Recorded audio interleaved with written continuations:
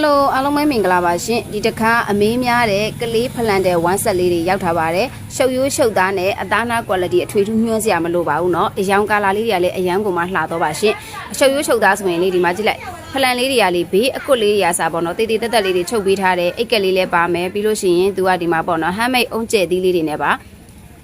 ကတင်လဲကြီးတယ်ပေါ့နော်သူကလေ3နှစ်ကနေပြီးတော့12နှစ်ထိရပါတယ်ရှင်ဒီစက်ယုံဓာတ်ရိုက်မလို့အသားကောင်း quality ကောင်းကိုဈေးတန်တန်လေးနဲ့ရပါမယ်ရှင်ဒီတစ်ခေါက်အယောင်ကာလာလေးတွေကအရန်ကိုမှလှပါတယ်နော်ဒီအယောင်လေးဆိုလဲတော်တော်ကိုလှပါတယ်တတမီမီလေးတွေကိုနွေ့နွေ့ထွေးထွေးလေးဆင်ကျင်တဲ့မေမေတွေအတွက်ဖလန်ကောင်းကောင်းလေးရှာနေတယ်ဆိုလို့ရှိရင်ခုပဲမှားထားလိုက်တော့နော်ပစ္စည်းလေးတွေကလေဒီသူကြိုက်များတယ်ရောက်ကုန်ပဲရောက်ပြီးရင်တန်းကုန်တာပေါ့နော်ဒီမှာပါ